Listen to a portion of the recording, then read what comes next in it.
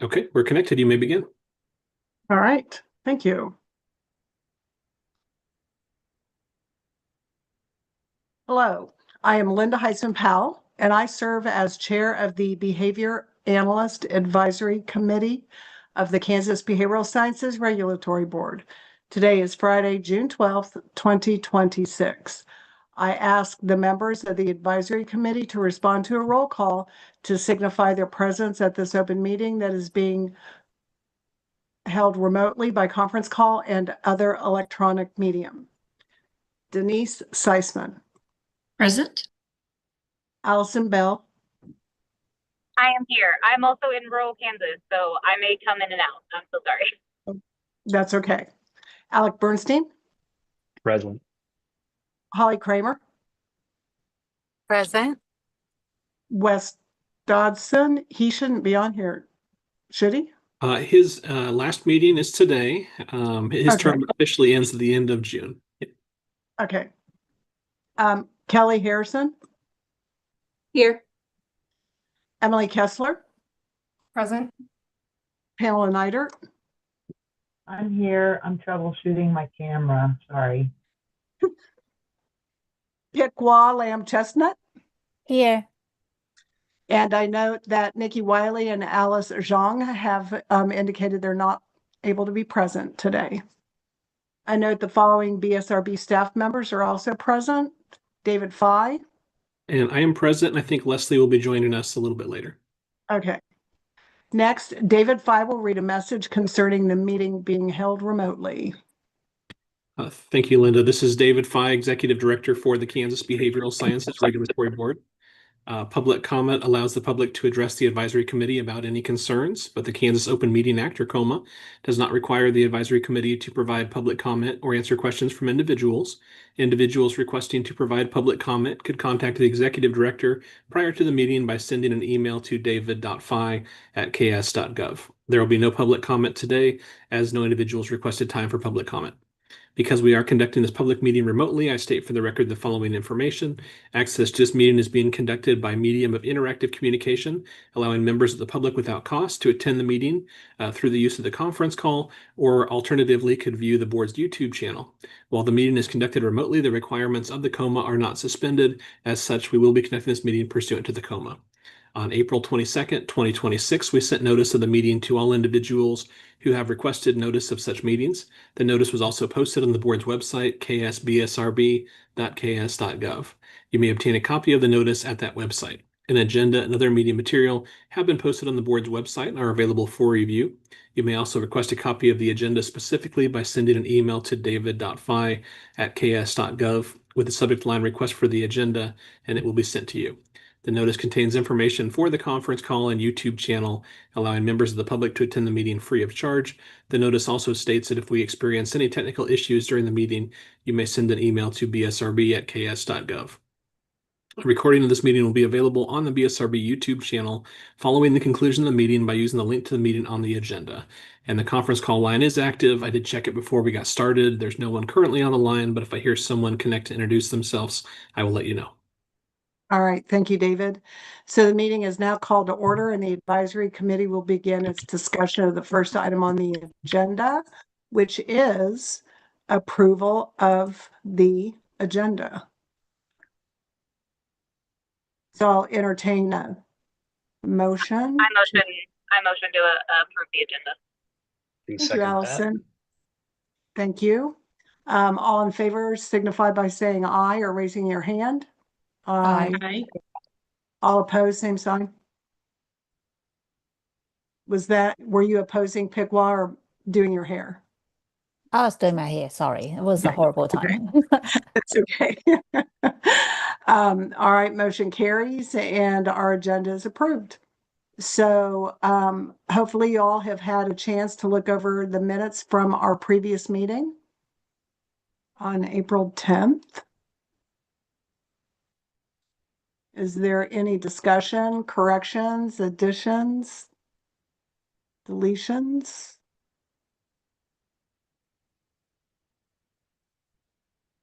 Hearing none, I'll entertain a motion to approve the previous minutes.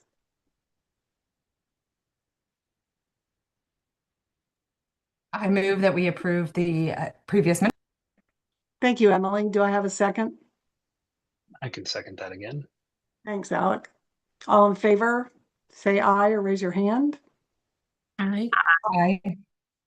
All opposed, same sign.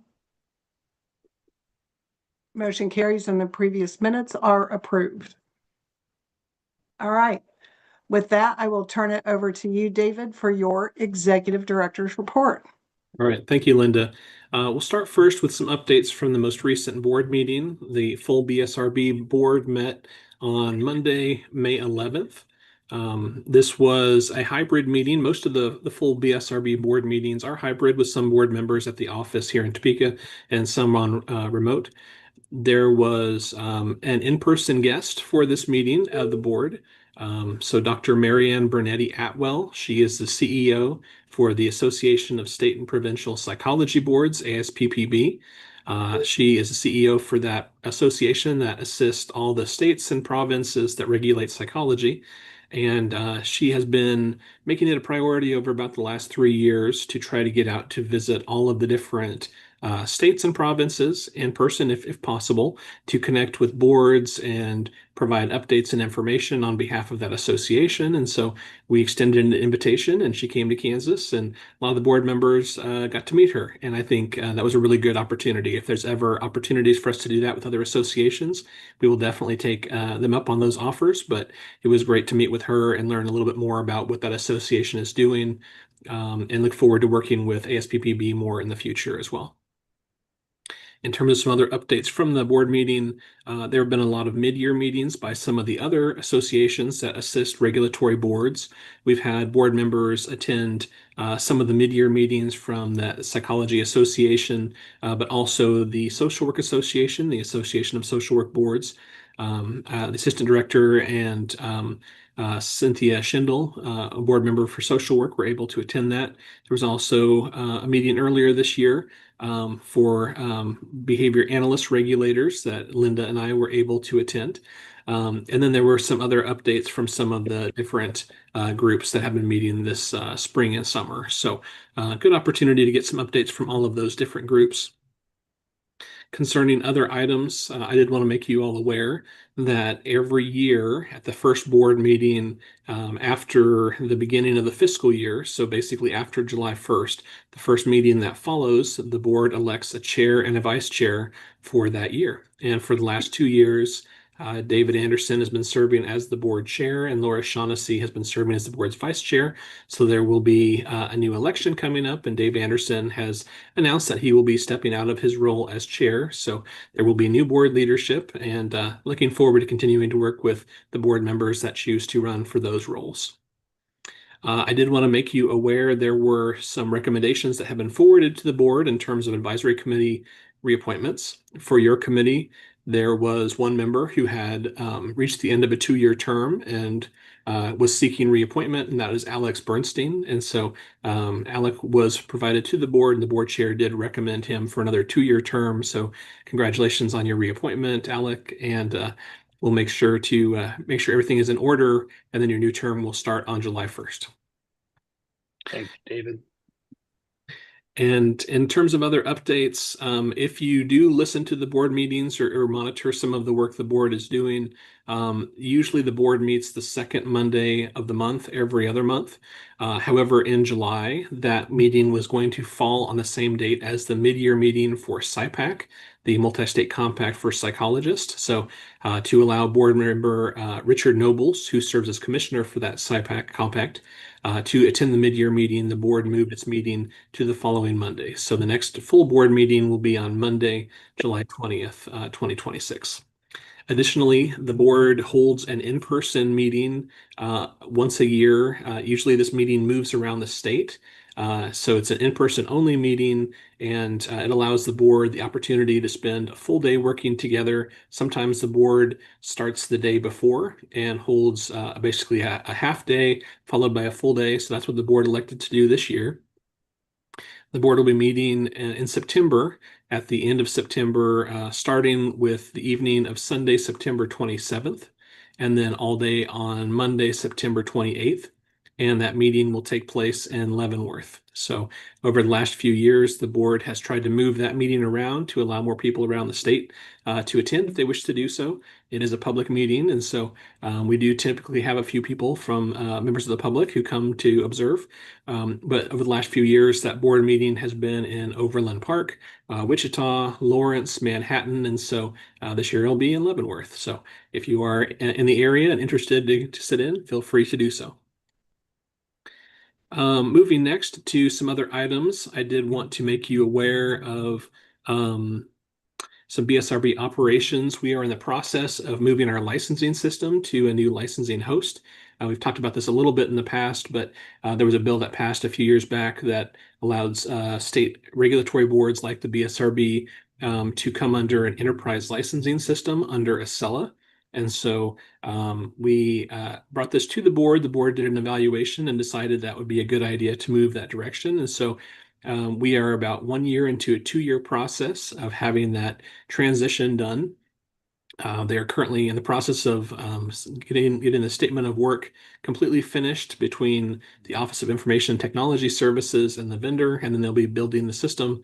But they've gone through and done a lot of discovery, looking at all of our existing processes and forms, and really kind of building the mechanics of how everything works here so that they can streamline that into a new electronic system. And so we're really looking forward to launching that. It will likely be at the beginning of next year, at the beginning of 2027. But hopefully by about mid-year of 2027, we'll be fully integrated over there. I'm not sure how much of this will be visible from the outside, but I did want to make you all aware of this. There's a lot of work going on behind the scenes, but it'll be a really nice system. I think it'll allow people from the public to apply for licensure in a more streamlined method, doing it electronically through the website. It'll also integrate some of our existing processes into more of a streamline type path. And so we're really looking forward to that as well. In terms of other updates, we have a number of people that have been applying for licensure. A lot of people have been graduating, so that's great. A lot of people are entering the mental health field, and so I do want to congratulate all the recent graduates. Our staff has been working as fast as possible, going through all the materials, and when individuals are getting approval to take those examinations, we're trying to help them along their path. And so I've seen a number of new individuals get licensed, and so if you are not familiar with checking out the reports from the board, every full board meeting, we do publish a list of every other month the number of licensees under the board. So it's kind of nice to see that total continue to grow. So if you do get the opportunity, I would recommend checking out that report on the BSRB website. And then the last item I'll just kind of highlight here before I conclude. It was brought to my attention there has been some discussion recently concerning billing and specifically Medicaid reimbursement for certain autism-related services. And so on behalf of the BSRB, we set up a meeting with some representatives from the Department of Health and Environment, KDHE, to kind of learn more about what was being proposed in terms of a change concerning reimbursement and to kind of learn more about some of the history there. And so earlier this week, the assistant director and I, Leslie Allen, we met with some representatives from KDHE and really had an opportunity to kind of talk through a lot of those topics. And I saw Leslie just logged into the meeting. Leslie, I was just starting an update for the advisory committee about our meeting with representatives from KDHE concerning the autism services issue. And what I think the issue is when individuals have become part of the jurisdiction of the BSRB, there were licensing acts that were passed by the legislature. And those licensing acts authorized certain scopes of practice. For most of the professions under the BSRB, individuals are authorized to perform services in accordance with the DSM-5, and some individuals are able to diagnose and treat based on their level of licensure.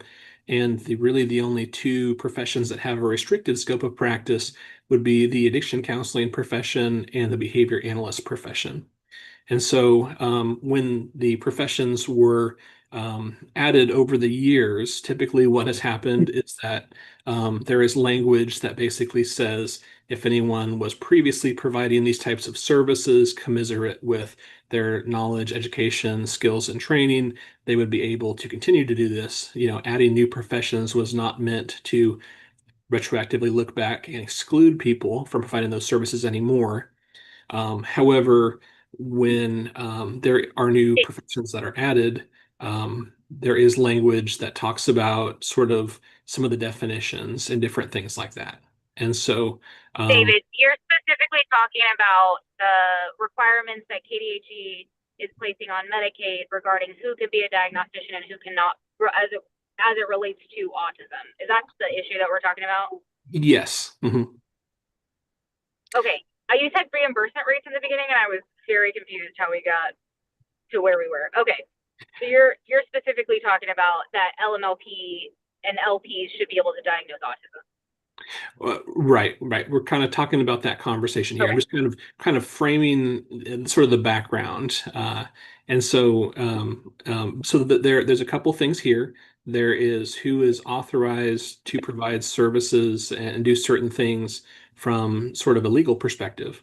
And then there's secondarily sort of a how does the reimbursements work? And for the BSRB, our jurisdiction as a state regulatory board.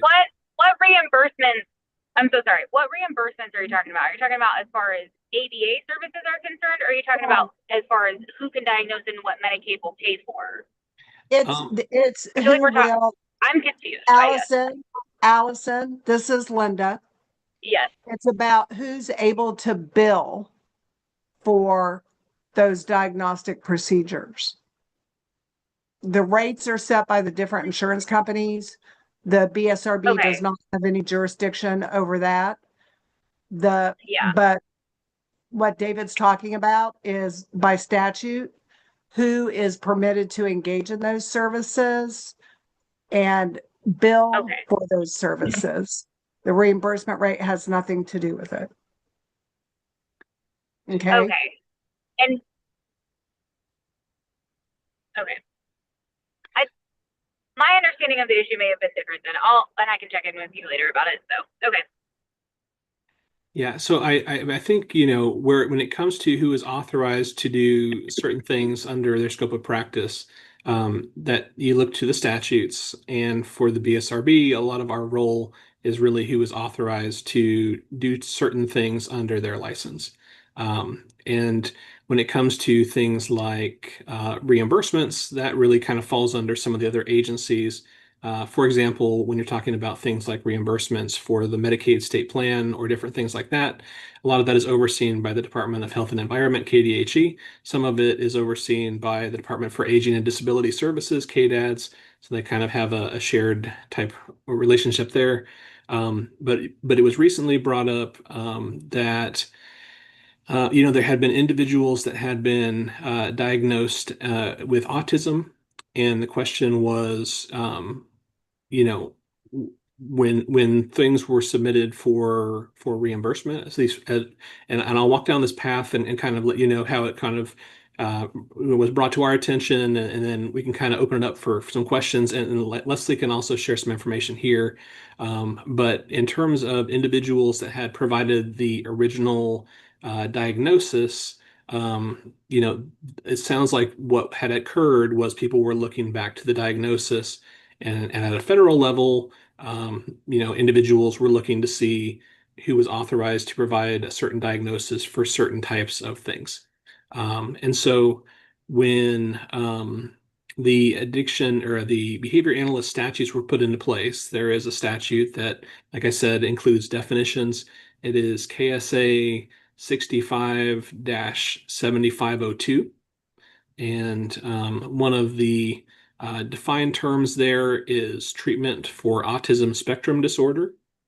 And it says it means care prescribed or ordered for an individual diagnosed with an autism spectrum disorder by a licensed physician or licensed psychologist, including equipment medically necessary for such care, pursuant to the powers granted under such licensed physician or licensed psychologist license. So What was brought to our attention was that definition is only mentioning licensed physicians and licensed psychologists. And so individuals who oversee some of the state Medicaid plan reimbursements were looking at some of the language in the statutes and considering if it should remain in the state plan, whether other types of practitioners would be able to provide the underlying diagnosis for some of the autism type services. And so from our perspective at the BSRB, we look at what individuals are able to do under their scope of practice for their license. And based on not having a limited scope of practice under the DSM-5, there are individuals from other professions that are able to diagnose things based on their experience, education, knowledge, and those factors. When it comes to the reimbursements, those are sort of outside of our agency's control. But that is something that KDHE is looking at. And so from our understanding and talking with them, what they are planning to implement as a change to the state plan is once the change would occur, it would limit Medicaid eligible reimbursements to individuals who had the diagnosis from someone who was either a licensed physician or a licensed psychologist. So it would not include diagnosis from other individuals, such as a master's level psychologist, a licensed clinical psychotherapist. And so the reason I've kind of tried to walk through this a little bit slowly to kind of clarify some of the distinctions here is that it's not that those other individuals are unable to provide that diagnosis. As far as the BSRB is concerned, that is under their scope of practice. So we are not changing anything. But KDHE is looking to this statute and is proposing making that change in the state Medicaid plan for reimbursement purposes. And as it relates to, other types of reimbursements, if someone was doing private pay or something that was non-Medicaid, as it doesn't sound like it would change anything for those individuals. But I think this is hopefully it sounds like some of you are already aware of some of this conversation, but this was some of how they walked through it with us. And we kind of were understanding this issue in more detail.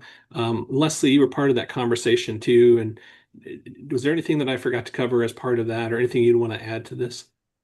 No, I think that they were concerned because states had lost federal funds, other states. And so they started looking to make sure that what we're doing here would not create that situation for people in Kansas. And what I have heard, they didn't tell us to. I'll just add one more comment, then I'll open it up for questions.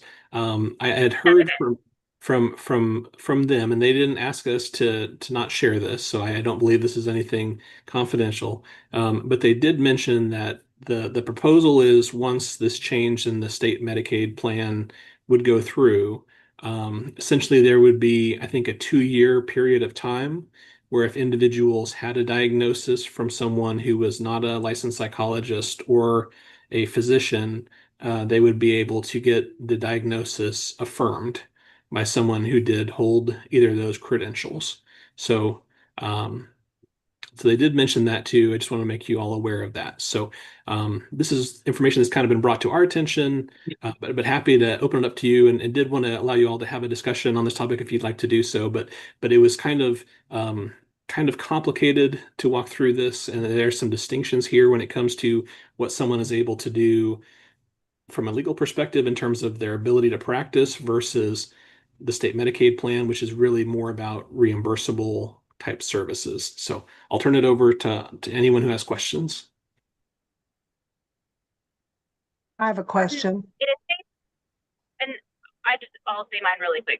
In a state that's already having access to service issues, limiting who can provide it when they don't even accept most of the time if I have a developmental pediatrician who provides an autism diagnosis, they're not even accepting that most of the time because they're not able to do a full, thorough, comprehensive diagnostic evaluation that provides like observations and things like that. They're just giving them an autism diagnosis, and then they're saying that that's not acceptable either. So then we have to go have them do it with an LP, but not an LCP, not an LMLP, but an LP. And there are very few of those across the state. So one, I want to make sure that this is like, it's not an issue of just getting reimbursed for the diagnostic process. This is access to services for these kids and these consumers. That's the first thing.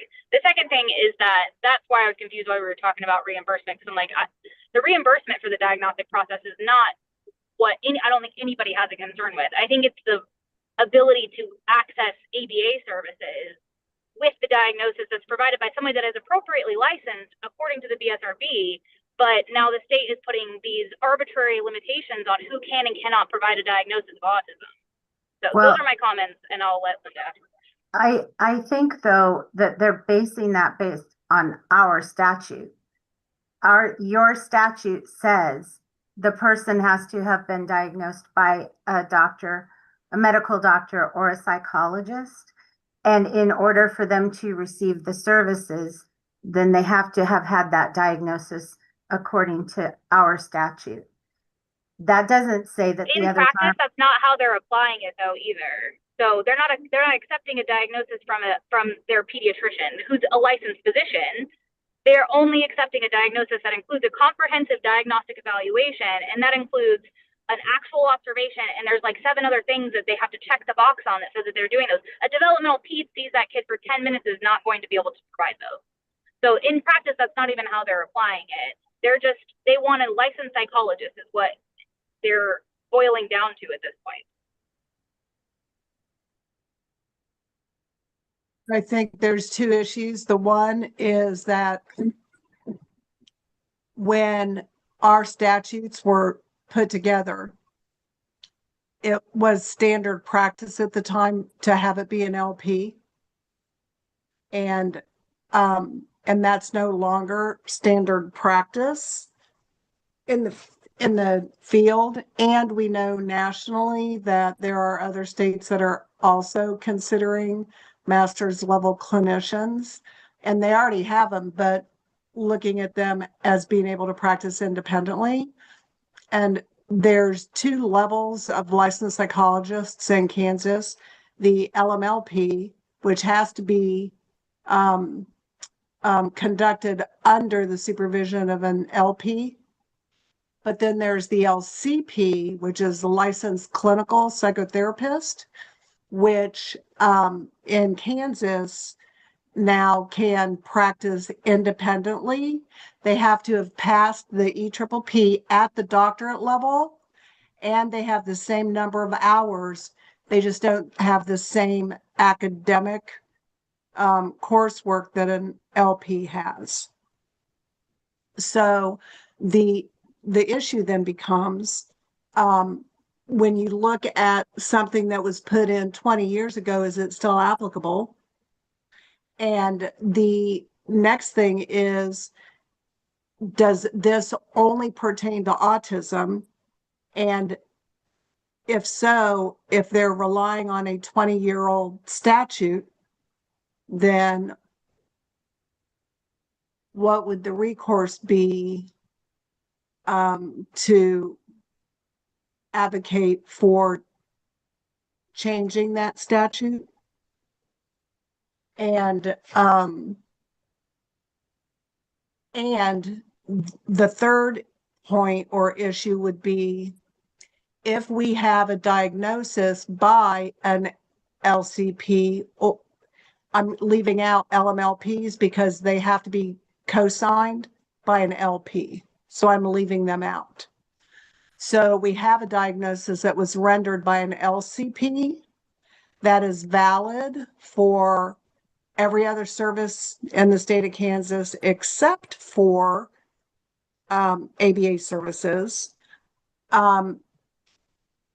So if they do have a diagnosis by an LCP and they do not seek reimbursement through the state plan, is that diagnosis still considered valid in order to be able to access ABA services. Did you guys follow that? So I think there's 3 points there that really need to be considered and advocated for and discussed in more detail. Something else, Linda, that I explained yesterday was, I believe, I was told that when this law was written, for your licensing, that they took language from Missouri and used that as the basis for their statute. And Missouri doesn't have a master's level psychology law. So they only have licensed psychologists. Some of them have master's degrees, but they're all licensed psychologists. So I think Yes. that also further complicated. I mean, so. And the reason it was taken from Missouri is because, as you know, ad nauseum, Linda, it was pushed through by the insurance companies to start with, and we only found out about it like, I don't know if you remember, Pam, but it was like, what, a month in advance that they were going to try to push this legislation through. Yeah, it was So super late to the game on it. yeah, and so it took a great advocacy effort on the part of everybody involved from a behavior analytic perspective, to be able to be at the table for that legislation. And this is one of those things because historically it was predominantly LPs, and like Leslie said, it was copied from Missouri that snuck through, and now that's being used to limit access to services. So I still think it needs continued advocacy, and the question then becomes, we have, I think the strongest one is we have an LCP who's allowed to practice. We're not asking for reimbursement from the state, right? All we're asking for is recognition of the diagnosis delivered by an LCP who has the full authority of the law behind them to render that diagnosis. So, And or consistent application that a developmental pediatrician says that that child has autism and they need to accept that diagnosis as well. yeah. Because I've had issues getting those passed through now without having some sort of rating scale or something to go along with them. I've had to call Dr. Allen's office and say, I need you to do a CARS. And that's not that shouldn't be their scope of practice. It's really not their scope of practice. But if they're going to mince words there, then they need to apply it consistently. I have a question, So, Linda. yeah. So if I understand an LCP could give a diagnosis under their scope of practice, we ideally would like the insurance to accept that so that we can get reimbursement for treatment. Would an LCP do a diagnosis if they can't get reimbursement? It depends on where they work. I'm sure Okay. if they work for an agency that can absorb the cost of that, and it's then, or let's say it's a private insurance company, Blue Cross Blue Shield of Kansas, and they reimburse for it, and we're not asking the state for reimbursement. There's multiple different ways that you could have an LCP that has administered an assessment, and it legitimately, Kelly, it could even be an LCP that last year did an assessment diagnosis, billed state Medicaid for it, was reimbursed for it, and now they're not accepting it. Right. Okay. Because That there's makes that sense. shift. Yeah. I'm thinking on the side of advocacy, I don't know, maybe including part of the argument that there's such a long wait list for diagnosis anyway. And then if we now have LCPs who are going to say, we can't eat that cost, so they're not going to accept Medicaid clients to provide a diagnosis, that would worry me. Yeah. Yeah. Yeah, and to follow up with that too, while there might be organizations and individuals that can kind of do the service without getting paid for Medicaid. In reality, no payment means no service. It definitely does limit service because you could maybe do something today, but who knows 6 months from now if that's even possible to say, well, we can do it, but don't have to worry about being paid. So I would strongly recommend that whatever advocacy occurs, that it also occurs for Medicaid to pay for the service to those who are eligible by statute, if we change the statute, to provide that service. Yeah, There's I, one, sorry, the one little wrinkle I wanted to add in. This may not affect a great deal of providers, but what I mentioned that you had past professions, and then usually when a new profession comes under the BSRB, there's some language that says individuals who were doing things previously are not meant to be excluded by this new profession, coming under licensure. There's another statute under the behavior analyst statutes. It's KSA 65-7503.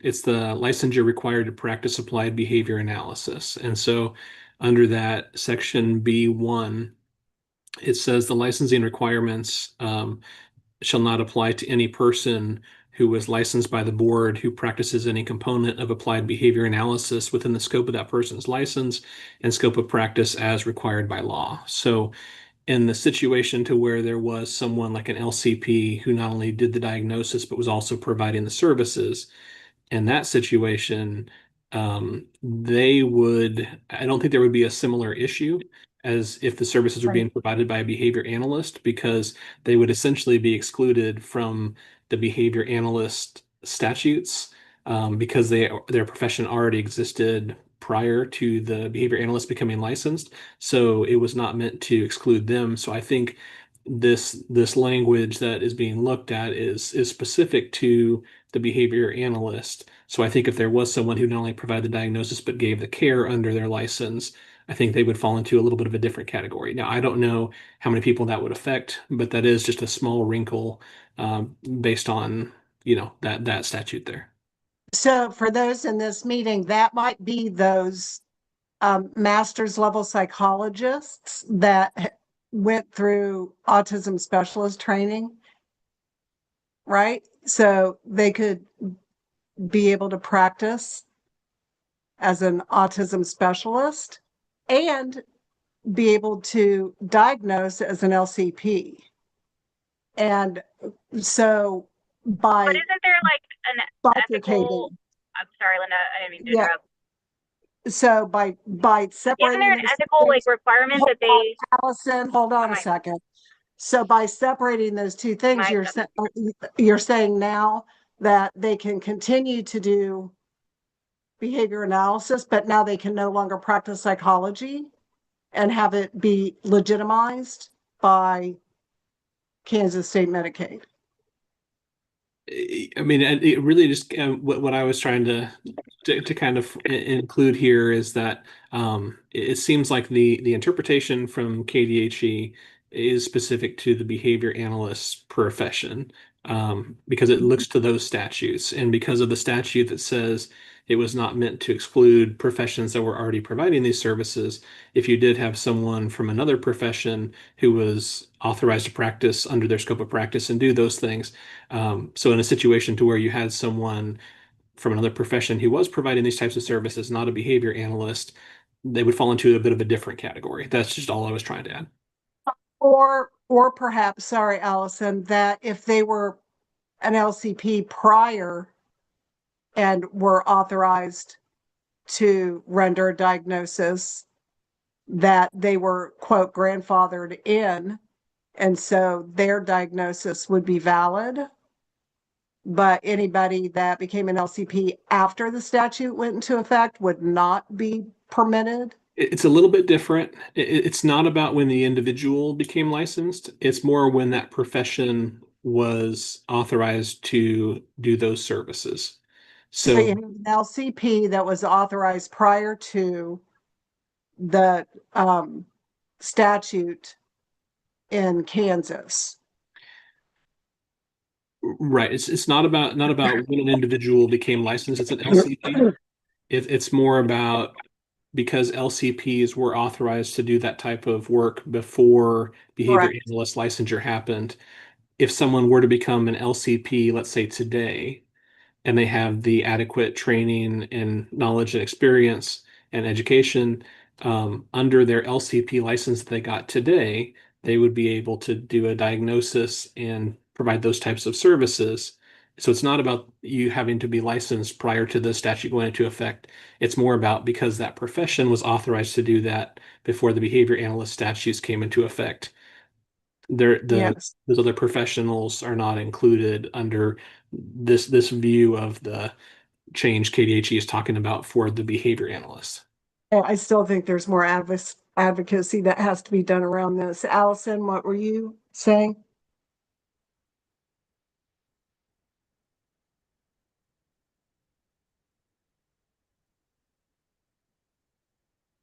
I think she's having a difficult time with her reception. I had a quick question, David. You had said that they might have, issued 2 years to get a diagnosis confirmed. Did they enlighten us what confirmed would mean? Would that mean a letter or just a whole new eval? Did they say what that would mean by being confirmed? I don't recall that. I saw Leslie just unmuted for a second. Leslie, we just received a question in terms of the 2-year time period to confirm the diagnosis. Do you recall if they mentioned what kind of documentation would be needed for that? They didn't. I believe what they said was that it would be up to the person. So if there was a thorough, testing done, that they might accept those. But it would be up to the licensed psychologist or MD to determine what else they wanted to do to make the diagnosis. And this only affects autism. Those LCPs out there can continue to diagnose other mental health conditions for stuff other than autism. Well, they can actually continue to diagnose autism, but they can't use it. Correct. They can't use that diagnosis to get services. Correct. With federal dollars. Correct. They Yeah. can diagnose other professions, and those people can, or other conditions, those people can get services, not people that have autism. That's excuse me. I have to clear my throat on that one. Yeah, and by us providing this information, and in no way are we trying to convince anyone that this would be something that the BSRB would be in favor of. It was more of this was brought to our attention. We wanted to learn what KDHE was doing and why it was making these changes. So we really wanted to kind of bring this information back to all of you. As an advisory committee, your role is to make recommendations to the board. And I know some of you, most of you, wear different hats. So you wear hats as practitioners, you wear hats as members of the advisory committee too, in terms of the public protection aspect. But that doesn't mean that those two roles have to contradict each other or conflict each other. So you do have the ability to make a recommendation back to the board on this topic, and if you wanted to do so. So we wanted to kind of bring the information to you. So. Thank you, David. So can we make a recommendation as a board that we want to engage in further fact finding where we are understanding the discrepancies between what the statute says and the impact on the public that we're here to protect, the discrepancies between autism and other mental health conditions in the state of Kansas, and ask you and Leslie to set up another meeting with KDHE to address our concerns. I mean, officially, your recommendations go to the full BSRB board, Okay. but I can just say, on behalf of the agency, I'm happy to continue dialogue with KDHE and bring back any information So if you want to forward official recommendation to the board, I think that's appropriate. If you'd like me to go and continue to look at different things and talk to KDHE more, I'm happy to do that too. So just depends on how you want to approach it. All right, you guys. Would it be appropriate to recommend to the board that we open the statute and change it so that it is consistent with what is happening currently for behavior analysts? I think that could be a recommendation. There was one more wrinkle I remember KDHE talking about, and you can weigh this however you want to. I do believe one of their concerns with not, I think they were tying to the statutes in our dialogue with them, but something else they mentioned, not just the concern about sort of the federal clawback issue, but also potentially if someone went from one state to another, if the diagnosis was done by someone in Kansas from a profession like, let's say, master's level psychology, that may not be in another state. If they were to move in another state, I think there was some concern that was expressed as far as if that state didn't have that profession, if they didn't recognize a diagnosis by that profession because they didn't license that profession, would that cause issues? Now, I don't know, Well, but David, Mhm. I am thankful that our state representatives are concerned about people in other states. But what I want them to be more concerned about is what's happening in our state and how this is going to negatively impact families in Kansas. Right? I'm glad they're concerned about what's going to happen to families that leave Kansas. I'd be much happier if they were concerned about families that were living in Kansas. And that's what this affects. But that's just my opinion. What's your all's opinion? Absolutely. All right. I'm seeing some consensus here. So Yeah. I'd like to make a motion for this advisory committee to recommend to the full board that they consider or discuss opening the statute to include behavior analysts in the statute as a profession that can legally diagnose and get reimbursed. And that you may need to clean up that language some. Okay. yeah, because it would really be an LCP, which is a licensed clinical psychotherapist. So it's a master's level psychologist. Aren't we also, though, looking at behavior analysts licensed behavioral analysts who are not currently in the statute? Or no, did I misunderstand that? Yeah, because what David was saying is that this rule that KDHE is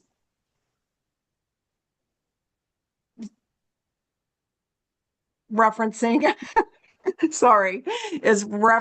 is specific to behavior analysts. So But behavior- the licensing ability that is under question is in Kansas, Denise, we've got LPs, licensed psychologists that are doctorate level. And then we have 2 master's levels. One of them is an LMLP, a licensed master's level psychologist. They can practice, but they have to practice under an LP. Or So LCP. or LCP.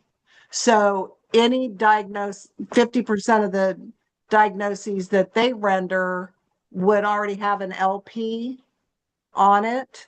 Okay. It's that LCP, the licensed clinical psychotherapist, which has to pass the EPPP at the doctorate level.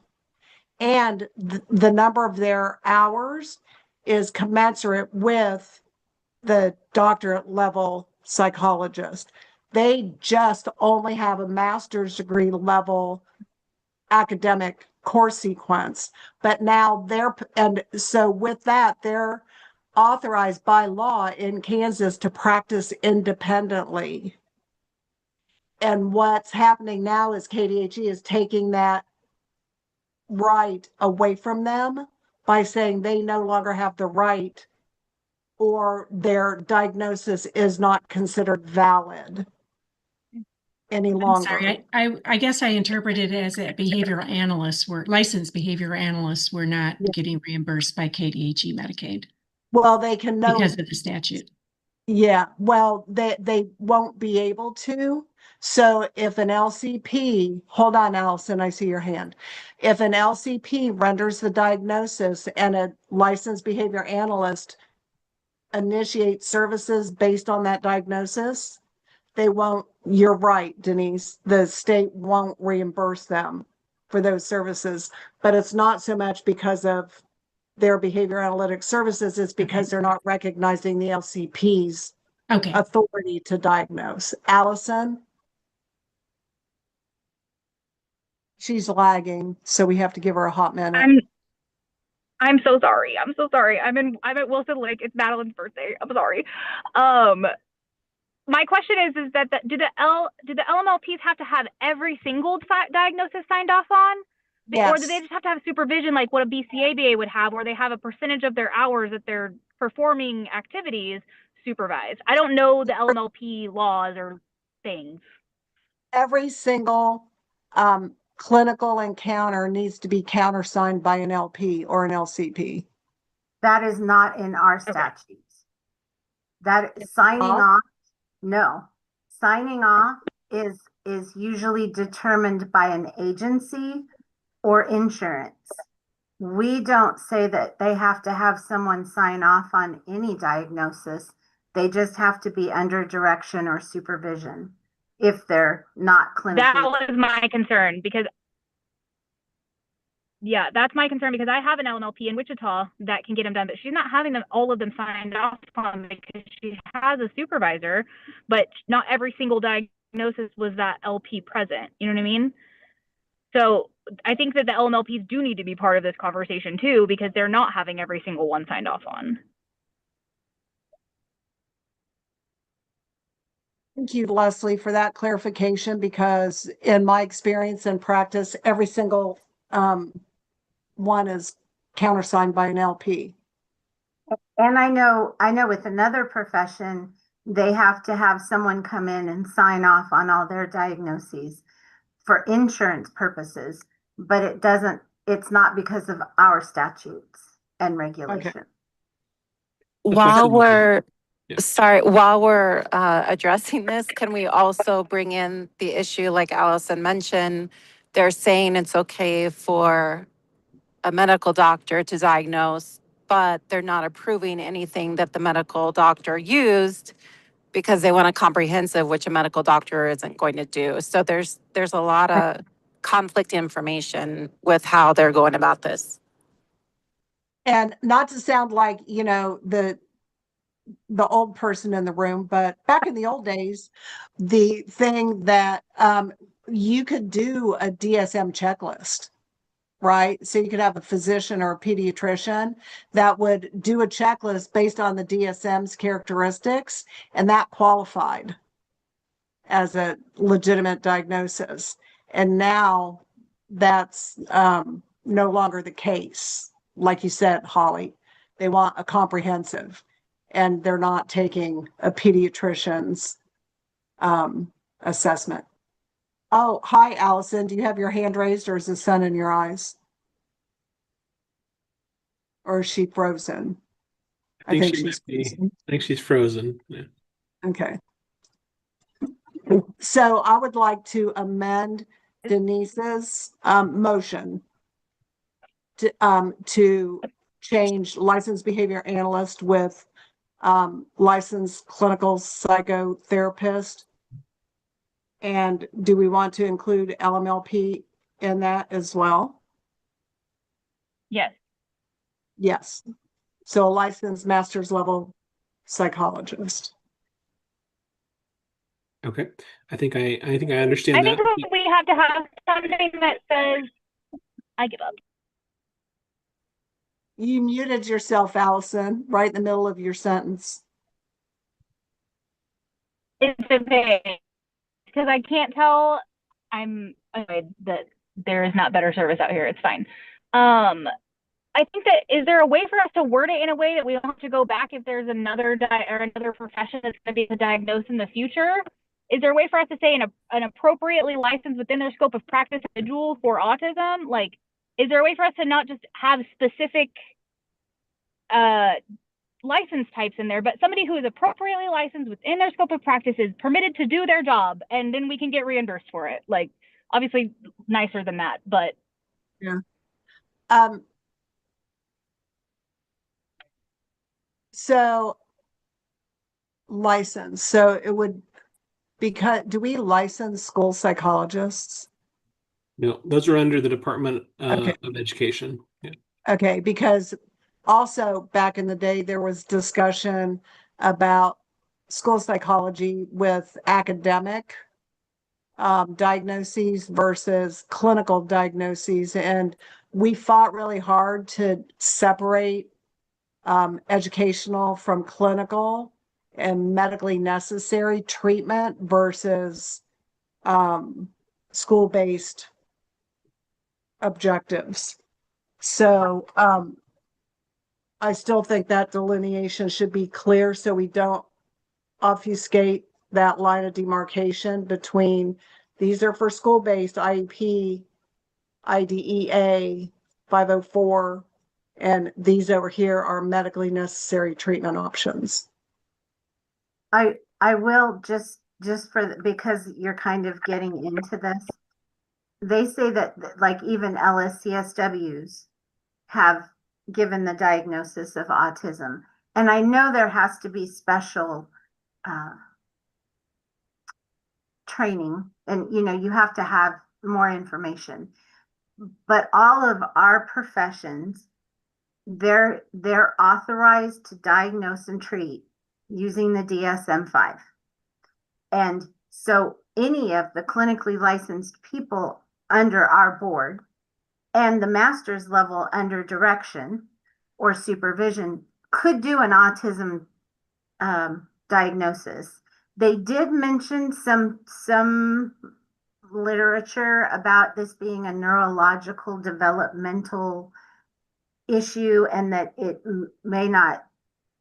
maybe shouldn't even be in the DSM-5 or part, so and that they feel psychologists are more specially trained, I guess, for this type of diagnosis. When you're talking about which licenses I'm a licensed psychologist, Leslie, and I would argue that there are licensed psychologists out there that shouldn't be rendering a diagnosis because they don't have any experience or expertise in autism. The same as there could be an LMLP or a licensed clinical social worker who has spent their career working with kids with autism and are very familiar with the characteristics that would be able to render a more authentic diagnosis than an LP with no experience. And keep in mind that all unprofessional conduct regulations for all our professions say you have to practice within the scope of your expertise, training, and experience. Yeah. So, yeah, they did bring up the whole doctor and LP being more appropriate. and it's too bad I wasn't there to talk on behalf of myself as an LP. Right. But that doesn't address what Denise and Holly and Allison were talking about as well, that they're actually excluding developmental pediatricians or physicians by not allowing a DSM checklist to serve with the doctor's impressions, right? Serve as a valid diagnosis. Allison, you have your hand up? I do. Can you hear me? Yes. Perfect. We're talking about, they're referencing our licensure as behavior analysts, that in order to serve a child with autism, they have to have a diagnosis by one of the other professions. Why was it included at all in our licensure? Why does that have what is an autism? So here's the answer to your question, Allison. It's because the bill was initially pushed through by the insurance lobbyists as a way to curtail behavior analytic services to start with. It was an insurance industry lobbyist that put the original bill forward. Okay. That's my recommendation then. Why is this tied to us at all? We are behavior analysts, not because we're experts in autism, not because that's who we exclusively serve, but because that's what insurance wanted. That doesn't have anything to do with who we are as licensed behavior analysts. Correct. Or our licensure in general. Well, that was sort of coming back to the conversation before where we were talking about title protection and broadening our ability, our scope of practice, right? So it's not only tied to autism. But as soon as you open up that, the problem is, as soon as you open up a bill, they can do whatever they want to it. And the outcome might not be what we want it to be. Especially right now, given the national focus on fraud, waste, and abuse by the big box companies that are decimating our field by engaging in fraudulent practices. Right now may not be the time to do that, because we have no control over what the legislators do once we open the bill. But it's a different statute than the one we're talking about that says what our practices have to be tied to autism. So it's a little bit safer to open this statute. Correct, I think. Yeah, okay. Is that correct, David? Unless I'm saying correct, but I have no idea, Kelly. Once you open the statute, they can add other things. I gonna say, would what stops them from opening the other statutes? If we open one of them, what stops them from opening the other ones? That is something that could be done. I don't know. This statute specifically is a definition statute. So I don't mean to sway you one way or the other, except to say that some of these definitions may be very specific, and there may be ways to change quite a bit if you start to change definitions in terms of, because this statute list the types of services that can be provided, but other types of things as well. So I mean, I would encourage everyone to take a look at that statute. It's KSA 65-7502. It's only one page, but there are items under section B. Well, actually, it goes section items A through K. So there are a handful of items in there that are defined. But yeah, if you were to include this in a bill, any other statutes could be brought in. However, there's more visibility to the specific one that would be introduced in a statute or a bill. Yep. So I have a question, and this is, of course, just rhetorical. So let's say I'm an LCP and I was licensed to, and I know you're saying this doesn't matter, but for some reason it matters to me. I was licensed before the behavior analyst licensure law took effect, so I was allowed to diagnose autism. So now the statute goes into effect and I'm grandfathered in because I was practicing before. What do I do? Do I include a letter that references that statute and say by statute, this number, blah, blah, blah, I'm authorized in the state of Kansas to administer an autism evaluation and render a diagnosis? So I think probably if there was someone who was not a behavior analyst but was providing services under their scope of practice, and there was, let's say that someone highlighted this area of concern and said, we're going to apply this same concern to you. I think if there was someone who was an LCP, they could basically highlight the other statute that says, this language says here that these behavior analyst statutes don't apply to me. And because they don't apply to me, then the specific definition of treatment for autism spectrum disorder that talks about a diagnosis by a licensed physician or a licensed psychologist would also not apply to that person. And so that's the real difference, because it seems like there is the issue of the underlying diagnosis, and then the issue is also who is providing the autism related services. And so if there was someone who's providing those, who was in a different profession, they would essentially say the statute carves me out because I can already provide these services under my scope of practice from another profession. And it says the autism statutes don't apply to me. So this limitation here about those two different required individuals for the diagnosis also wouldn't apply to that person. But what I know, there are exclusions in there that say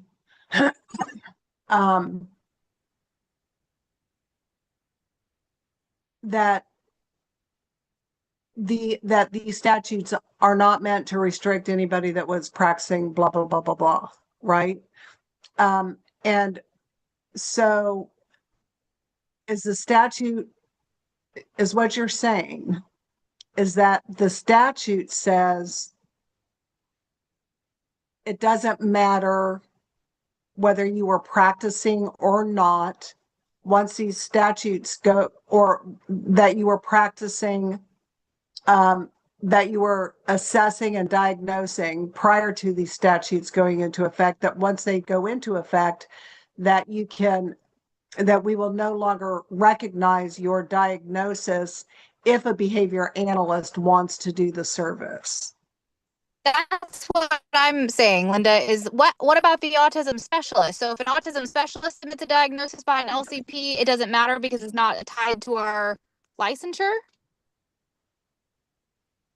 And some of this may be crossing into some very technical areas. So I don't want to be perceived as providing any kind of legal advice, because some of these things, I'm trying to do my best to interpret a very complex issue, but I just feel like since I am an attorney, I probably should mention that. So these are just my opinions based on some conversations with KDHE and trying to research this. So this is the best I can figure out. But some of these hypotheticals are very valid to think through, because I can't.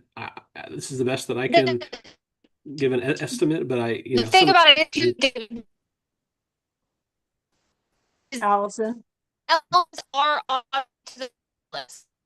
you're in and out, Allison. That's what you said. Start over. Can you hear me? Can you hear me now? Off and on. Right. I don't know.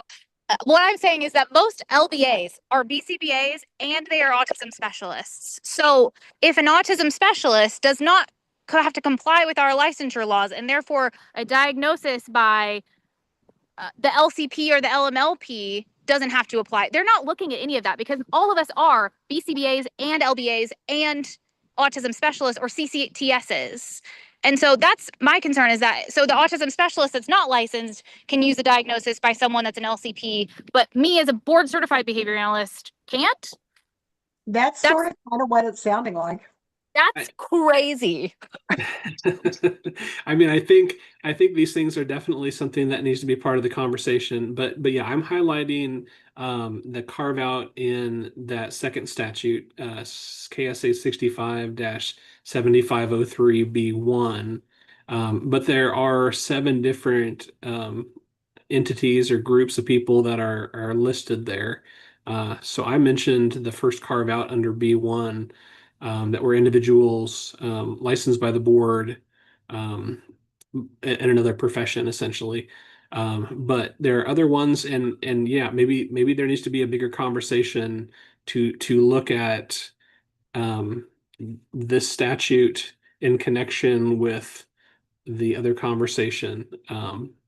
because I think these are very valid questions to ask, and I can do the best at trying to interpret some of these things, but some of these things may need to be worked through by more people. So Can we make a recommendation then, David, that we get us start a task force or a committee on this? Because this is going to significantly impact children with autism across the state, regardless. Wait lists are already exponentially long. And if you take away half of the diagnostic pool, it's going to be forever. Kids are not going to get their diagnosis. Can that be our recommendation then? If there's a smaller task force that's specifically dedicated to this versus us making a recommendation that we're opening up the statute? I think that could be a recommendation if you wanted to make it as an advisory committee. I mean, it would need to go to the board, and the board would have to officially approve a subcommittee being set up, but this could be a recommendation to the board. I'm fine with that change. Are you fine with that change, Denise? Yes, I'm fine with it. Okay, so we have an amended motion to recommend to the board that we establish a task force to review the issue with the potential of future recommendations of opening up the statute, so we can explore this issue and how it negatively impacts families in Kansas. Does that stand for everyone? What's the benefit of creating a smaller group rather than just tackling it in this meeting with everyone? I think we can have additional meetings then outside of this that are Okay. only the task force members. Okay. So we could dedicate more time to it than Yeah. this would. Okay. Even if everybody who is at this meeting today wanted to be on. Yeah, but we could Okay. open it up to more people too if we wanted. Yeah, I would say we need to have diagnosticians as part of this as well. Great. Like And inviting the LCPs, the LMLPs, the developmental peds, all of them. Great. Well, we don't want it so big that we don't get anything done, but Correct. yes, I agree with you. So we have a motion on the table. We've got thumbs up, thumbs up, thumbs up. So that means, do we have to have an official second? David, Leslie? If there's consensus, which there appears to be overwhelming consensus, I think that is sufficient. We'll include this on the agenda for the next board meeting so the board can discuss. And if they approve for a task force or a subcommittee to be set up, we'll just start to put out some information about that. So. Okay. Sounds good. So Leslie and David, thank you for being willing to step into a can of worms and have them squish up through your toes. Well, happy to help. And like I said at the beginning, you know, I kind of walked through that a little slowly at the beginning just because there are some really fine distinctions as I understand it, but I'm sure there's a lot of history that I don't understand because I'm not a behavior analyst, and but I'm happy to help you know, in this way. Yeah, happy to work with you all. So let's we'll take this to the board and we'll let you know the board's recommendation on it. Okay, perfect. All right, that was a very, very good discussion. We have a bunch of really intelligent people in this meeting that are willing to look at these issues from every different angle. And just coming back to Piqua and Pam, who are both at in academic programs. While you guys are in behavior analysis, you have colleagues who are in psychology, that this is going to probably negatively impact people enrolled in their programs if they can't practice meaningfully when they come out the other side, right? I mean, there are ramifications across multiple disciplines. And so it really is a big issue. So having said that, we can move on to the next item in our agenda, which is number 5, old business. Continuing our discussion on, go ahead. Sorry, Linda. I know that, and I think that discussion was a very important discussion and a very good discussion, but I also know that our time frame is a little condensed now. And so I did forward some material to the members of the advisory committee on a few things to look at, but if it's okay with you, I wanted to see if what your thoughts were on doing the advisory committee discussion for members, and then with whatever time we have left over, we can take care of a few things. There's not a lot of other time sensitive items on here, but I did want to. Okay. Yeah, I was thinking that we could probably knock out old business A and B pretty quickly, but that's okay. We can do that. We can do it after our advisory committee discussion as well. So if y'all will then do I have to make a motion? Nope. On our posted agenda, it says we can take items out of order as necessary to accommodate time restrictions of board members and visitors. And all items are subject to change. So we give ourselves that flexibility on the agenda. So we can Awesome. just. All right, so we are going to move on to item 6A, advisory committee membership. You all should have received 6 files from David for people to be able to take our, potentially take our one open spot. And Linda, I think there were 4 applicants for the advisory committee. Were there 4? I thought there were 3. So you should have 8 files then. You should have Boydston, Fernandez, Hoon, and Sheehan. Yep, 4.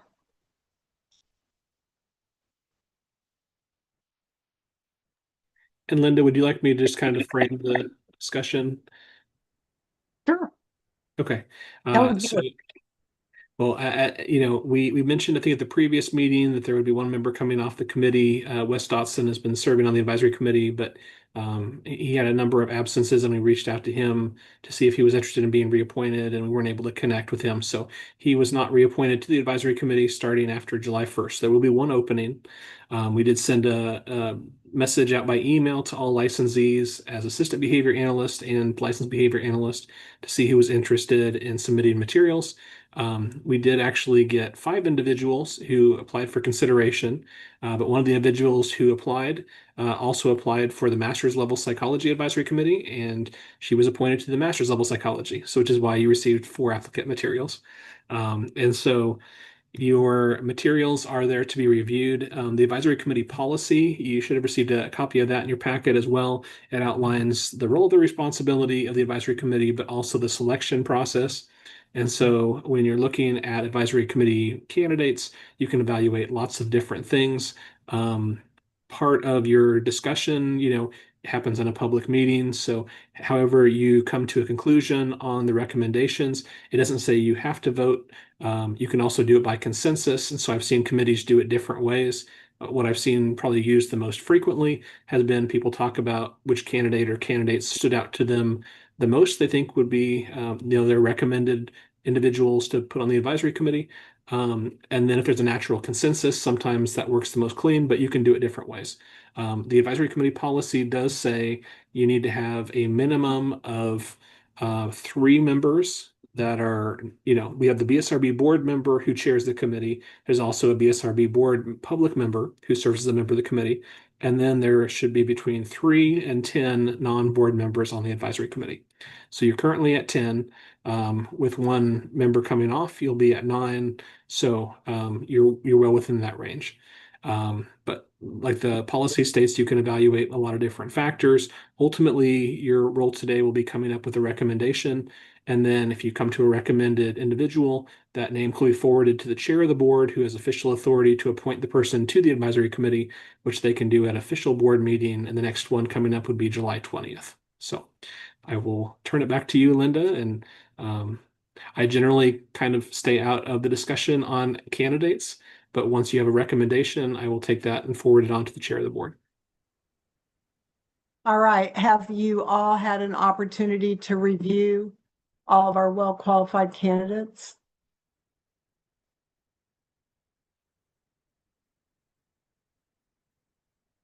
We have one member, Lynn Hoon.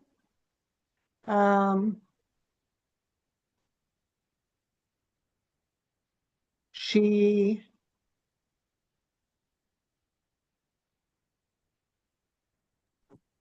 Linda, are we allowed to just make our recommendation after we've done our review?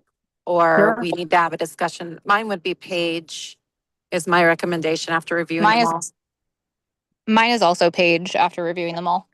I agreed with that. I did too. agree. Yay, I don't even have to like say it. I agree. I think Paige would do well also. So that was pretty unanimous and short, David. Look at us go. That was very quick. So it appears to be the consensus that the recommendation from the advisory committee would be Paige Boydston. Is that correct? Yes, that's correct. Yes. Before we do that, I was just wondering what the, if someone might clarify rationale for that selection so that we find out sort of are we all on the same page and Yeah, how folks are thinking. I can tell you what mine is, Pam, is that number one, she's been serving Southeast Kansas, which is a designated poverty area, and has maintained her services in that area. She started off doing like BT services, so direct clinical services in Wichita and then the Pittsburgh area. She got her master's degree and became a BCBA, I think in 2014 from Pittsburgh State University there in Pittsburgh.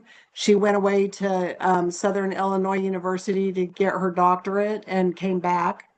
And then then she became, a BCBA and began serving families.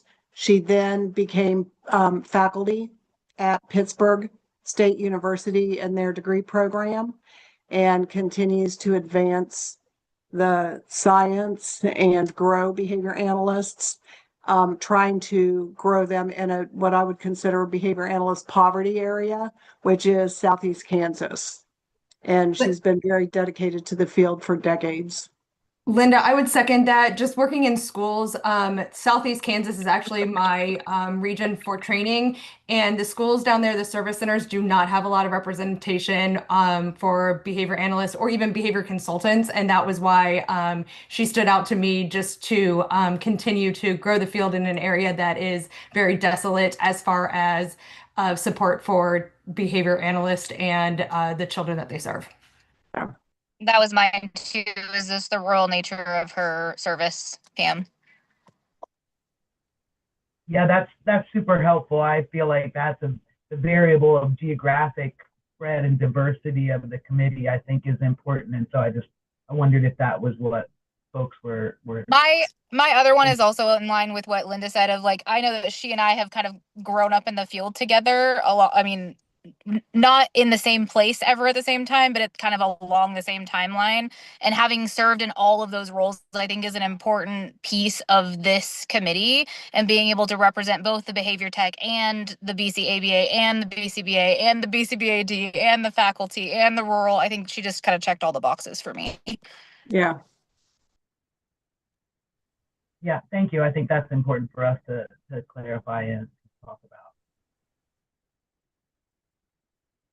Any other comments or discussion?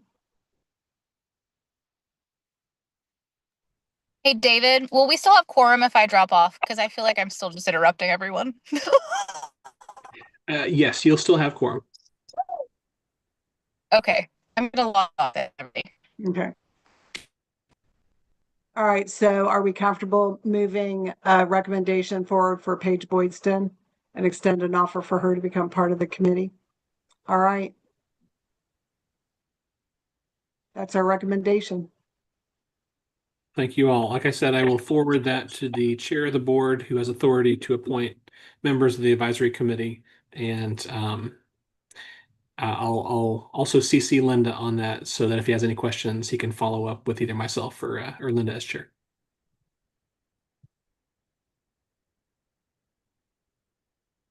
Right. Anything else that, David, that you feel we should advance? I did, you mean as far as the other agenda item for today? Yeah. I Mine's kind of frozen. Mine's frozen, so I'm gonna let you lead the meeting for just a minute while it unfreezes. no problem at all. I'll just talk about one of the attachments you had in your documents for today.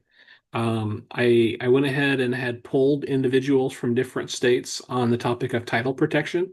So I went ahead and put together just a rough memo of their responses in terms of which states have title protection, which states have specific terms. And so in that memo, it's about 6 pages long.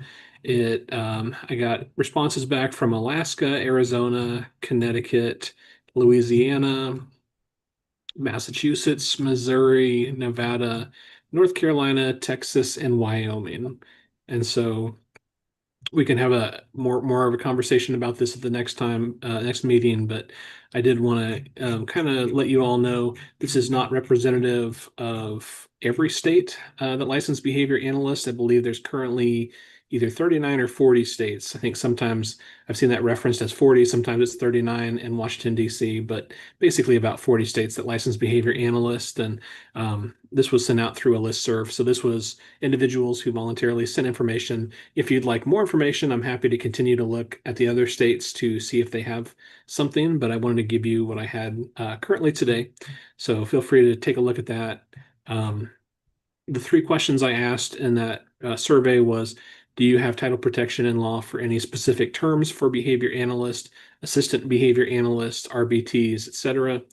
If you do have title protection, what are the specific terms that are protected? For example, is the term behavior analyst protected, or is it something more specific, such as licensed behavior analyst? And then 3, for states that have title protection, could you please forward copies of your statutory language on title protection? And I think most of the ones that responded gave pretty clear information there. So if you wanted to take a look, feel free to take a look, and we can, like I said, we can discuss this more at the next meeting, but there was some variation between states. And I know some states do not have title protection. So I would anticipate if I did a much longer memo and were able to collect information from every state, there would probably be at least a few that would have no title protection. So.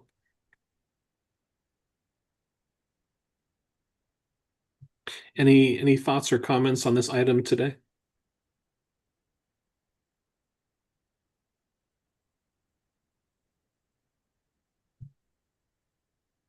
What, I think we should review these and see what other states are doing. Specifically, it's interesting that what Alaska says is that while it's not specifically spelled out, the law noted above prohibits representing oneself as a behavior analyst without an Alaska license. I think part of this discussion came up because we had some people out there who were not behavior analysts calling themselves a behavior analyst. And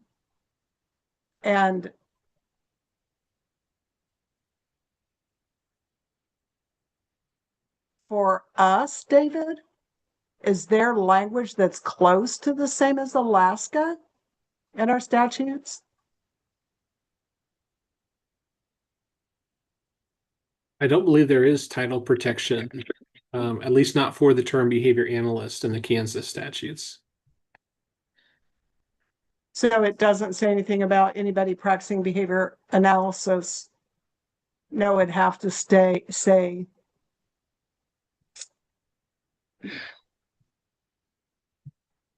Yeah, I'll bring back any kind of specific reference in Kansas, but I think this is part of the reason why we wanted to sort of address this topic, because I think, like in the social work field, if someone calls themselves a social worker in Kansas, they need to be licensed, because holding Right. yourself out as a social worker, I mean, it's kind of like making reference to yourself as an attorney to a certain extent. That kind of helps people understand that you are legally authorized to provide legal services. And so, but in some states, the term social worker may not be a protected term in the same way. And so in Kansas, that term is protected. And for some of our professions, it's very specific. So there's title protection for other professions where it says a licensed professional counselor. But some of the more general terms are not under the title protection. So that's kind of one of the distinctions here. Looking through this, some of these are very specific to licensed behavior analyst, Yeah. whereas other ones, it seems like when they say if someone uses the title behavior analyst, it means a licensed behavior analyst. So Yeah.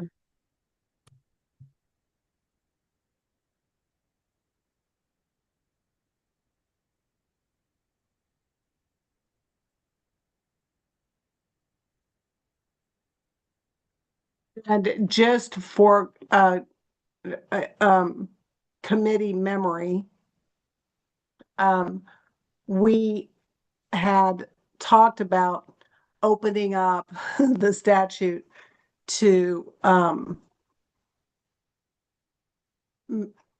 include title protection, but we decided not to do that because of the current climate, and that there may be things happen that we don't really want to happen.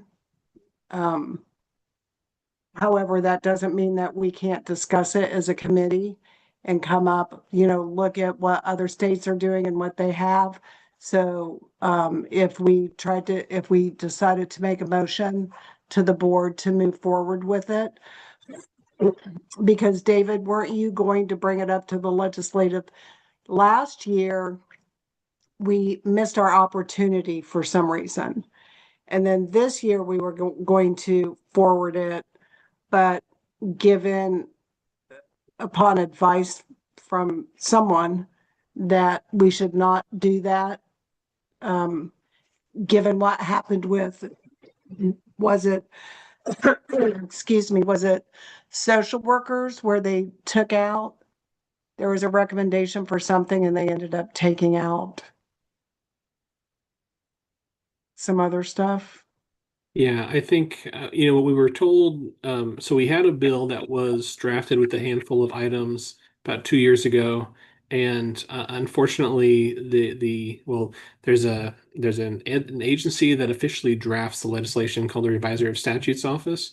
And so to get a bill submitted, you have to get approval by a member of the legislature, which we did. We had submitted the language for that bill, and then they put it into the official style and then let us know when it's available. And once it's available, then we can go to a committee and request that they do an introduction for it. And unfortunately, by the time the revisers got done, finished working on it, it was at the deadline and we could not get it introduced in a committee.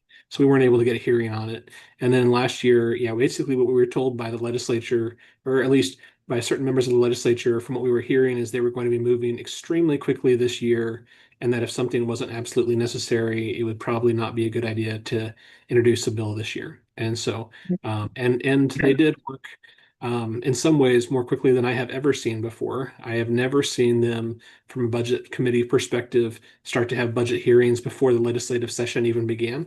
They had to approve a special interim days so that they could hold the budget hearings, and then they waited for the very beginning of session to make recommendations on budgets. So in some ways, they were moving at a very, very quick pace. But ultimately, if there are things to be brought forward, they could be forwarded to the board for consideration, and then the board would decide, would the board like to request legislation? So, And so the information that you all have in your packet, it is based on other states that what we could draft recommended language based on our current statutes to the board to be able to take forward. Is that correct, David? that's correct. Yeah. Yeah. And one thing, oh, sorry, Linda. So part of the reason why there may not be a specific title protection statute is when the behavior analyst statutes were put into place, there was, for most of the professions, there's probably about 15 or so statutes that outline different things. One of the items in the behavior analyst statutes was they put into place, I think, five statutes.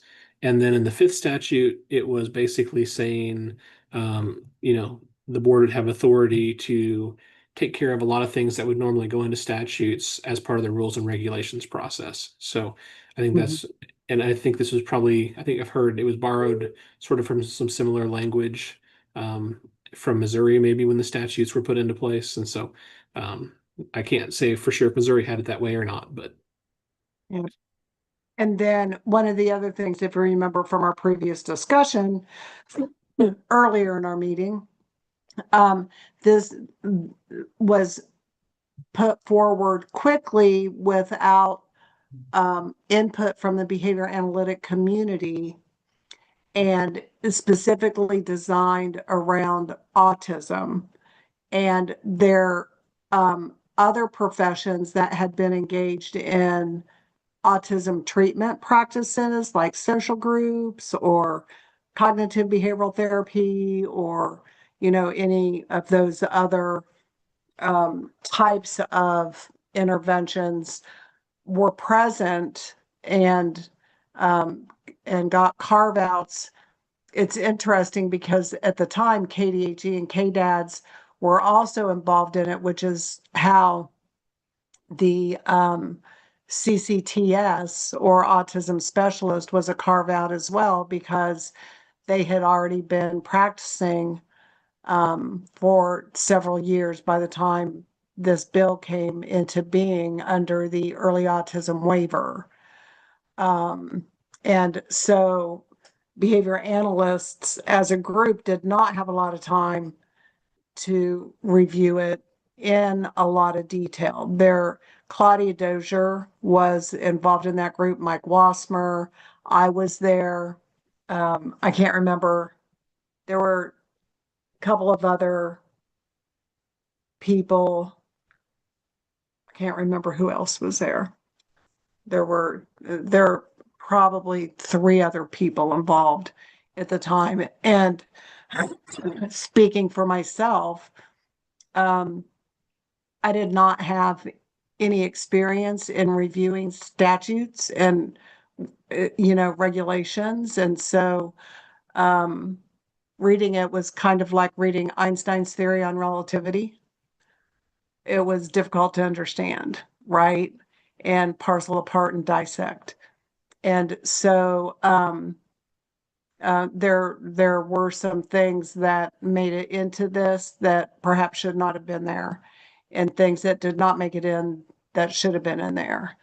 And so I think it's important that we as a committee take the time to review this document. David, would you be willing to send out one more request for feedback from the field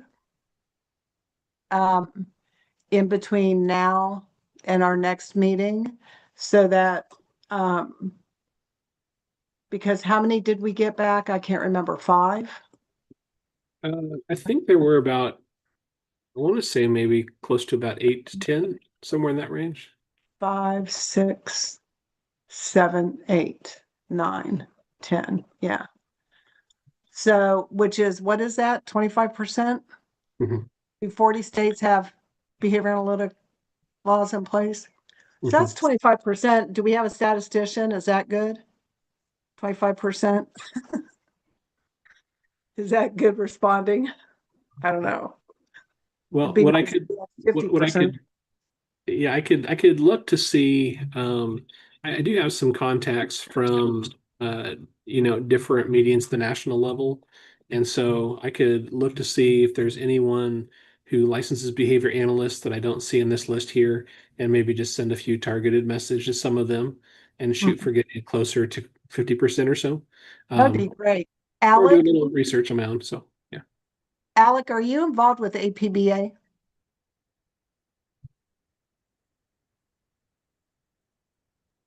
Trying to unmute. Not directly, no. Oh, I was going to say, can you twist some arms? I can ask people, but I'm not. I'm not on any boards on the nicely, APBA. not not maybe strong arm them. But yeah, if any of you have connections in other states that are not listed in this document, maybe you could reach out and say, David's gonna reach out to you or something, and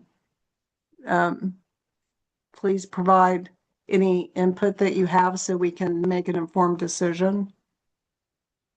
What do you guys think of that idea? Asking David, how do you feel about that? Us asking you to go out and try to get a few more responses? Yeah, I'm happy to do that. And if individuals have contacts and you prefer for me to reach out to them directly, you could also just forward the names of those contacts to me, and I'm happy to reach out to them directly too. So whatever makes sense for you. If you want to collect it and forward it to me, or if you want to for me to follow up with someone in specific, just let me know. I can send you a couple names and emails, David. Okay, great. Thank you, Alec. I appreciate that. And I like North Carolina's. It's short and sweet. It says, except as permitted in, so it's probably got carve outs. It shall be a violation of this article for any individual not licensed under this article to practice behavior analysis or hold oneself out to the public as an individual practicing behavior analysis. Now, the only caveat to that would be, let's say that Piqua or, well, you're in Missouri, Pam, that you have a faculty member that is not a BCBA because they're not engaged in clinical practice. They would not be able to call themselves a behavior analyst. And I just remember Don Bear, Leslie and David. Don Bear was one of the original authors that defined the field of applied behavior analysis, and Denise. And Don Bear never became a BCBA. And I said, why aren't you going to be a BCBA? And he said, doctoral candidate Heisman Powell, I do not need someone to tell me I'm a behavior analyst. And so, there are people that are not clinically active that are behavior analysts. And so Oh, sorry. Go ahead. I was just going to say, I think we want to be sensitive to that. Yeah, I was going to ask that whenever we have the next conversation, I didn't think about this in detail for this meeting, but advantages and disadvantages of title protection per se, I think is important for us to consider, and maybe even have somebody clarify or explain what those are to me. And then specifically, should we have title protections? What is the actual term for exactly the reason that Linda was describing? Because the field of behavior analysis is relatively new. And very new is the formal practice of it, right, in licensing arrangements in the states and that sort of thing. So I think the term, whether it be licensed behavior analyst is the protected term versus behavior analyst, is probably worth a careful discussion, because there are a lot of folks in the field who refer to themselves as behavior analysts, but they're not licensed, and I don't know that they need to be. So just those sorts of broader implications are probably important to consider. I agree with you 100%, Pam. And so I see Piqua nodding her head. Yeah, I totally agree as well, because our field can apply in so broad, like the physical health and fitness. I know a lot of them are practicing behavior analytics, skills and knowledge, but they don't need licensing. They just need to be a BCBA certified, right? And then the OBM world as well, they work with companies. They don't care about being licensed, but they do.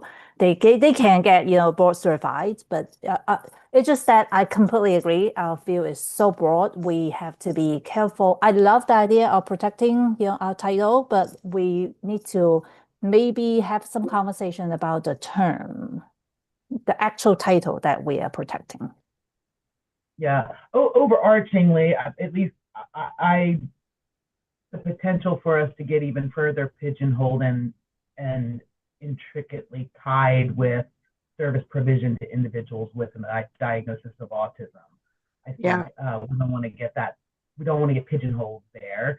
I don't think for the field. And so, to the extent that do we have information? I mean, the questions that were asked of these different states that we have information on has to do with like, do they have title protection and what is the title? And any idea about why or why not, David, in terms of like, why do you have title protection or that sort of thing? Well, I think the purpose of title protection, in some ways, is that you don't, you want to make sure that when individuals are receiving care, that they know who they can receive care from, who has met the appropriate standard in terms of what is required by the state in terms of education and training, and if their licensure is required, then licensure as well.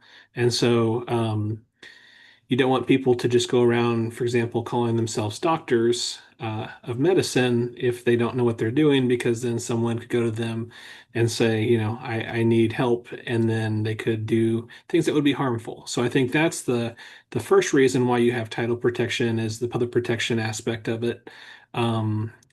But not everyone provides therapeutic type services or autism related type services. Like you said, there could be, behavior analysts that are working in research or education. And so part of it is also a professional identity type thing. And you can weigh, kind of how that works too.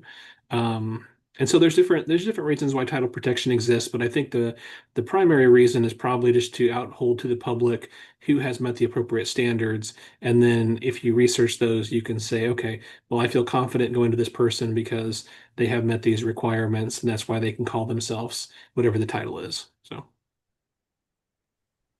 yeah, that seems reasonable. Consumer protection. You just come back to that one person clinically that was calling themselves a behavior analyst, and they clearly were not. That's what I don't want to happen, right? I want behavior analyst to mean something. And however, there's a clear distinction. I like your example, Piqua OBM being one of them, that the purpose of the BSRB is to protect the public, and especially from undue influence, with the implication being that we're talking about a clinical population, and corporations and organizations are not a clinical population. And there's other areas that are not clinical in nature that I don't want to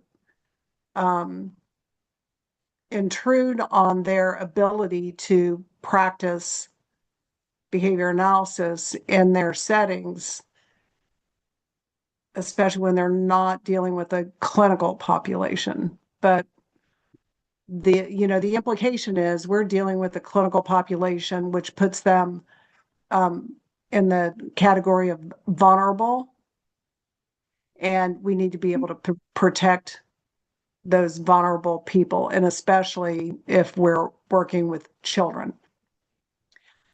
I would like to be able to redo these statutes to remove autism from it so that it expands our scope of practice. It's really hard. There are some instances where there have been authorizations received to work with children with Down syndrome or just IDD flat out, but they're few and far between. And I think that, well, I mean, that's getting into a whole other discussion, that there would be concern that the same thing would happen in that field that just happened in autism. But I think part of the benefit of title protection as well, if our population was broader, would just be to strengthen our ability, I don't want to say to police because there's too much police state going on in the US right now, but to monitor and safeguard clinical populations from unscrupulous practitioners. But that's just my opinion. So further discussion next time. David, you're going to try to see if you can solicit a little bit more. Alec, and those of you who are familiar with other states, maybe Pam, you could reach out to the BACB and say, hey, can you guys help us with this? David, did you send stuff to the BACB or just licensed? Where'd you get your list of people to send? I asked if they could send it out through their listserv, and they provided access to that. So I sent the questions out to the listserv. Yeah, All right, and that was the BACB, right? it was. Yeah. Yeah. Okay. Yeah. So maybe we could do it again. So anyway, all right. TBC, to be continued. All right. We have 5 minutes left. So do we want to, I think we might be able to knock out 5B in the last 5 minutes. David, do you want to give everybody an update on, last time we had discussed, that there were other, possible avenues towards licensure that had been implemented in some other states. The QABA being one of them, but that really is tied more specifically to autism. David worked his magic and went out and did a little bit of sleuthing. And do you want to let the team know what you found, David? Sure. I was trying to find sort of a list of states that it appears that of the 40 states that license behavior analysts, they recognize the credentialing from the BACB. But I was also curious how many of those states would recognize credentialing from QABA. And so, based on the research that I was able to find, it appears that there are 4 states currently that will accept credentialing from that group. Washington State, Georgia, North Carolina, and then Texas. So that is what I was able to find from my research. So there are a handful of states, but it appears that only a handful of states, at least right now, for that other alternate credentialing body. And so, part of the discussion is that that other credential is still relatively new. I'm not really, the only thing that I'm familiar with it is that I've looked at, and this has been a hot minute ago, I looked at the difference between their requirements and the BACB requirements, and some of them mapped onto it, but others were specific to autism. Anybody have any other information on QABA?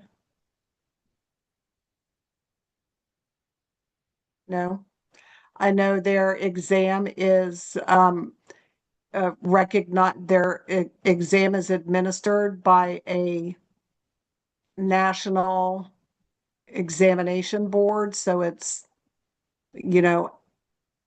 theoretically independent of the QABA.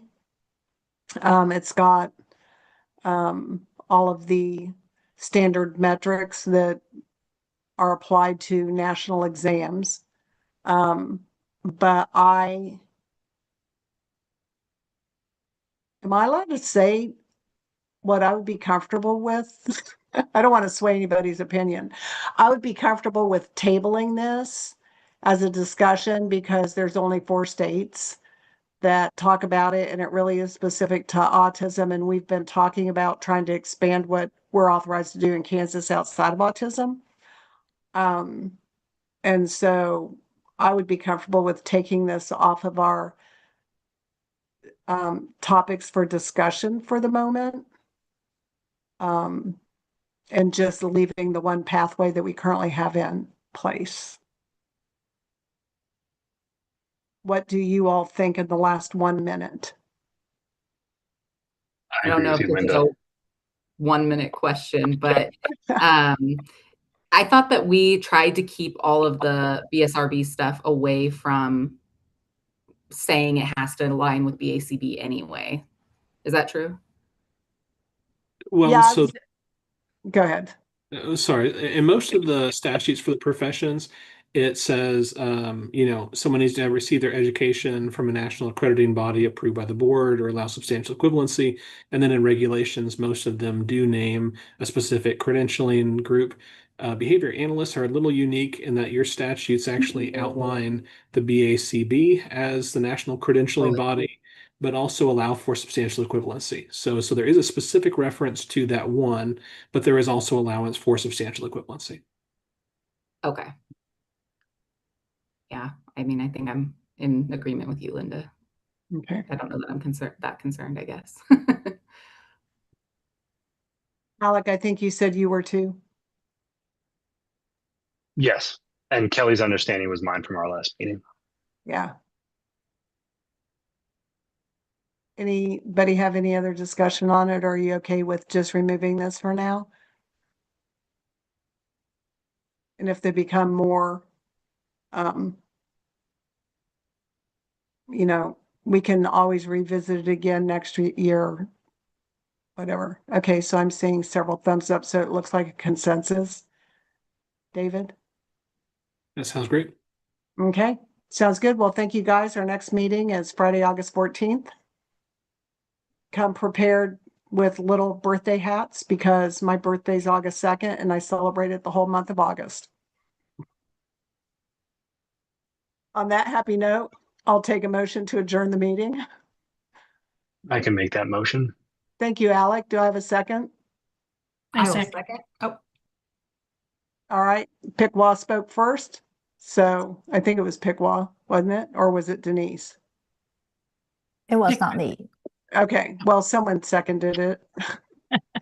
We'll go with Kelly. All right, all in favor? Aye. Aye. All opposed? Aye. All right, motion carries. We're adjourned. Thank Thanks, you, guys. everyone.